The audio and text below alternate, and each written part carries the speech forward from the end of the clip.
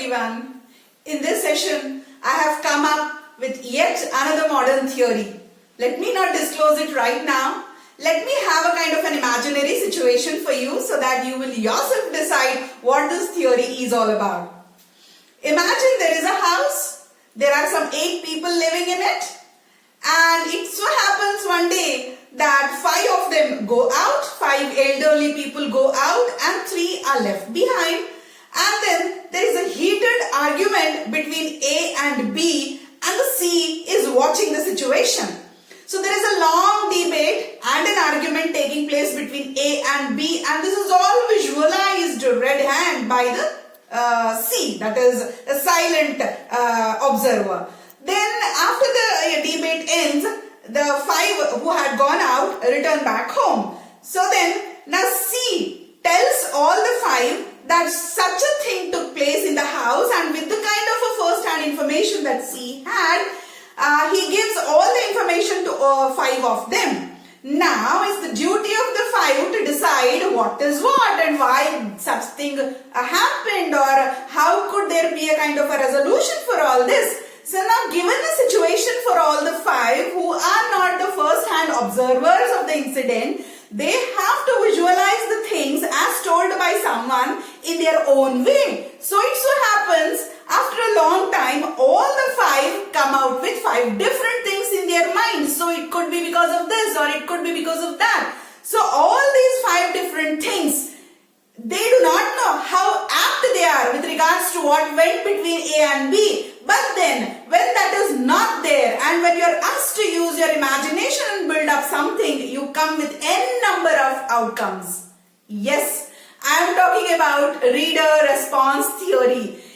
To brief it, a book is given to the discretion of the readers, and then every reader comes out with his own or with her own theory, and you have n number of outcomes. And sometimes it can be a kind of a mess because of so much of subjectivism into it. There is nothing called as an end criteria. But then the beauty of having so many outcomes, some or the other way, it will make a whole, and the text brightens in the hands of the readers. So this is what is just an external view of reader response theory. Well, let us get into the theory now. Let us go to 1920s onwards. Since then, these modern theories started influencing the literature of the 20th century. We had new criticism with Eliot, with Richards and Lewis, and since they were liberal humanists, they said that a text is autotelic. That means the writer writes a text and then ends his function.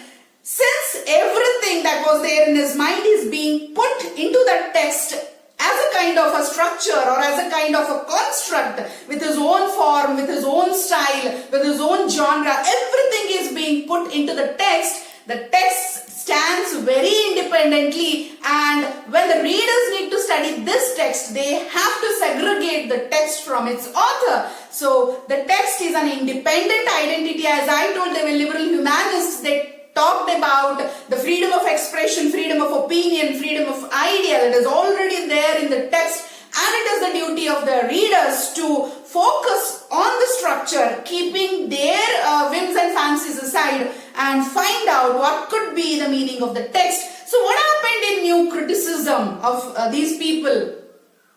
They simply, I don't want to say ignored, but they simply kept aside the authorial biography and the psychology of the reader. These things were kept out, and the structure of the book became important, which was not agreed upon by the oncoming theorists. Somewhere in 1960s came a few theorists holding this reader response theory on their shoulders. They said, how can a text be not an entity of the reader? Okay, you want to keep the author aside, that's not the thing, but it is the reader who picks the things from his own point of view, because their theory was based on 2 very important theories. One, Brecht's the alienation effect, and Aristotle's catharsis. Now you want to understand what exactly these theories wanted to do.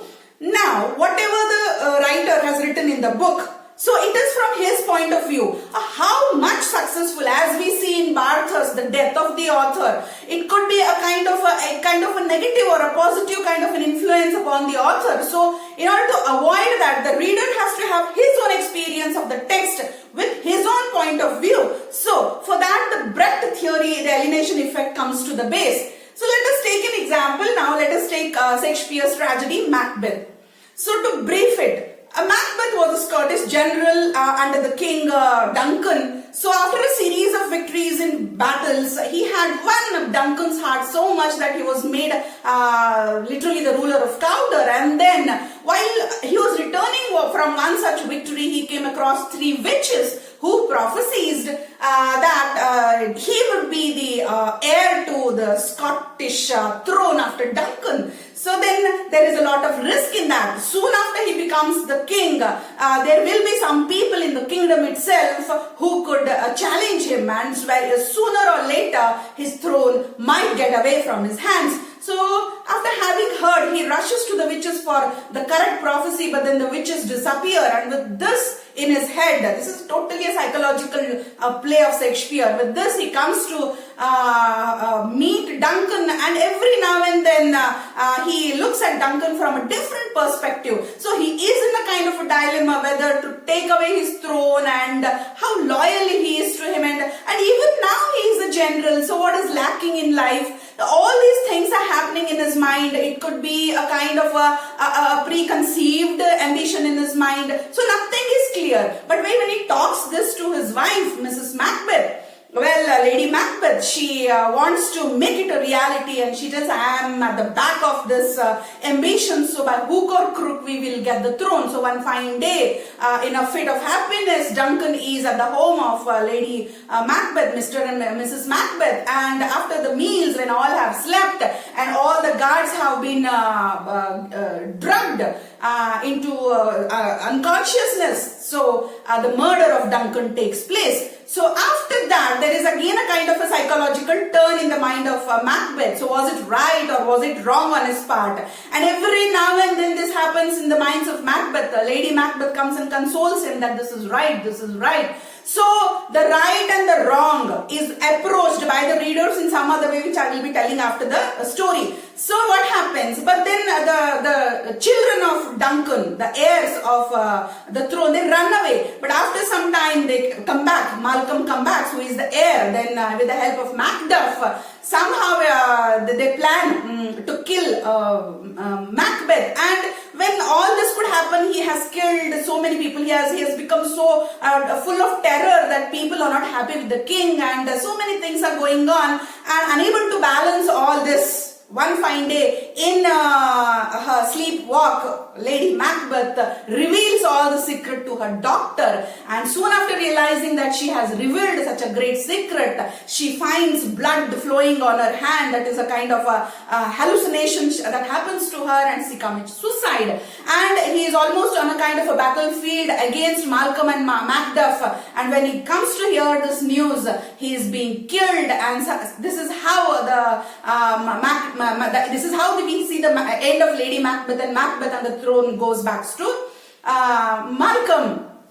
And there is also a kind of honest friendship between Macduff and Malcolm seen on one side, and the loyalty that was there in the past between Macbeth and King Duncan. So with all this happening in front of the eyes, so what catharsis, what Aristotle always told the writers, the playwrights, that leave the things to the people. Let the people not be too much involved with the characters.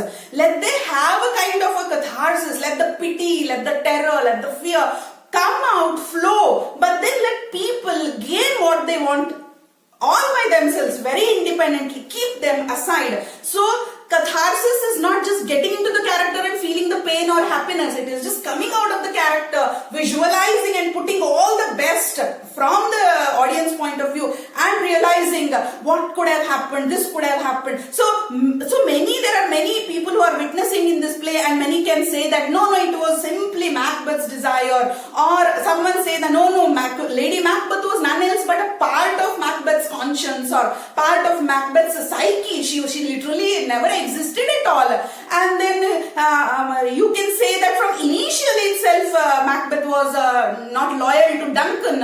And then maybe from the beginning itself, Duncan had a kind of a fear of Macbeth, so he wanted to test him. So n number of results out of this play come out.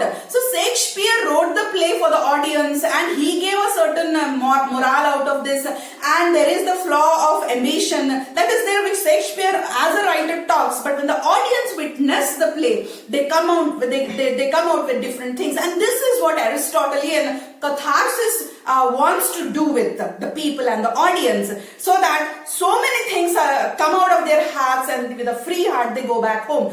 This is what even Brecht in his Alienation Effect did in German theatre. He wanted the characters to witness, to feel, but still they are away from the theatre, but still they are away from the story, but still they don't want to be inside the characters, but come out with their own conclusions, acting as though they are the playwrights themselves. So this kind of a theory is a great therapy for the mind whenever you're in a kind of a social psychological stress. So these kinds of dramas from the point of view of the audience give a great therapy. This is what the reader response theory wanted to do. They opposed a new criticism, because there the book was totally kept away from the readers also. Not only from the author, it was kept away from the readers. Readers did not have any rights to talk anything about the book. They had to depend on the construct. Whereas in reader's response theory, you have the reader having a hold of the text. You have the audience having the hold of the theatre. And this could be the real success of the writer or the playwright. So anything that even he didn't know, or unconsciously some message that he wanted to convey, is simply brought out by the audience itself. So everything cannot be written by the playwright. Something misses, something goes out of hand. But even he, sitting amidst the audience, experiences that catharsis. So this could be the beauty of reader response theory. That is, the audience is not just the receivers of meanings, but they are also conveyors of the meanings. This is what this modern theory literally intended.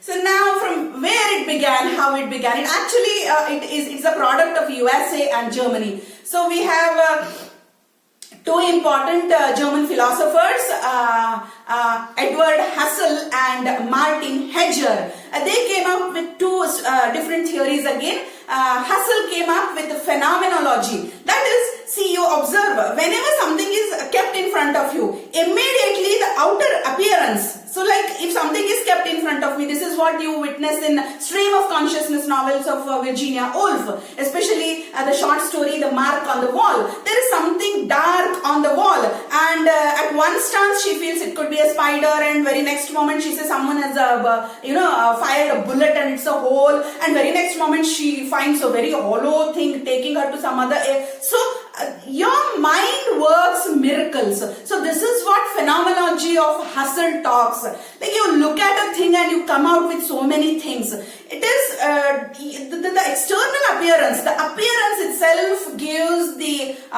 kick to the imagination of the reader. This is what he said. For example, you're all alone in your house and the lights are off, and you feel some shadow somewhere, and you don't want to resist. You see the instinct, you don't want to resist from the shadow. You just want to follow it and find out. Just want to follow it and find out.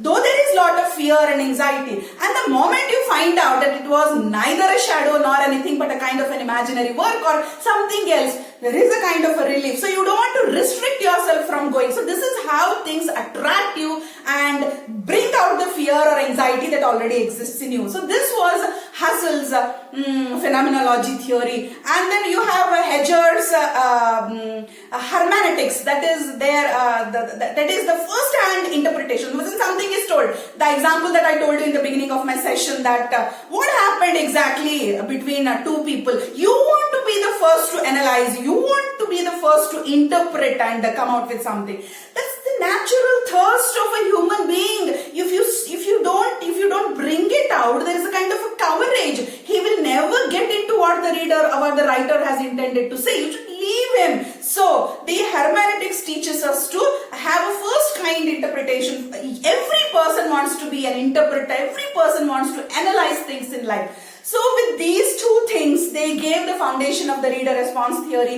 And then we have three more German theorists who gave it a proper way or a direction. It was Wolfgang and Roman Ingarden and Stanley Fish. So these three German philosophers, Wolfgang, Roman Ingarden and Stanley Fish, especially Stanley Fish's book Surprised at the Sin, a reader of Paradise Lost. Beautiful book, everyone must read. So with these three people, reader response theory got a proper direction. For they said if there is no reader, there is simply no text at all. This is the punchline of these people. If there is no reader, there is simply no text. Is there a text in the class in the absence of the readers? Highly impossible. So it is with this kind of a theory they came out. Now moving a step ahead to understand the theory in a better way, you have three group of theorists, reader response theorists, working around us or working on this theory. The individualists first, the experimentalists and the uniformists. So individualists are a group of reader response theorists who want to give a text to all the individual people, and they want to find out what kind of a psyche works in every, this is kind of a vast study, individualist study is a kind of a vast study. They will just ask the readers to, a set of readers, not in a very random way, but a set of interested readers who already have the knowledge of the text and the writer. So they are provided the first reading, and then their audio recording is being done, and that is kind of a research being done upon them. So these are the individualist theorists. And what do the experimenters do? They also have a group of readers and they work on the psychological aspects of those readers. They pick certain things from the book which need a lot of a psychological intervention. So such points are being picked up from the book, and so those people who are exclusively interested in those particular things are provided a platform and they work on it, and depending on that you have a kind of a psychoanalysis of the text. So this is the experimenters. And the uniformists don't take so much of trouble. So like they make one or two groups like that. For example, there is a book and you have literally briefed the book as 1, 2, 3, 4, 5 or 2, 4, 6 or 1, 3, 5. So 3 divisions are given to the readers. You will see how many of them will pick 1, 2, 3, 4, 5, how many of them will pick 2, 4, 6 and how many of them will pick 1, 3, 5. So such kind of groups are made, and the more number of people in a certain group will be taken for consideration. So this is how the uniform idea can be brought out, that if more number of people are interested in this particular group, then this could be the better meaning of the text. So now all these 3 groups of theorists come to one single platform. What is that?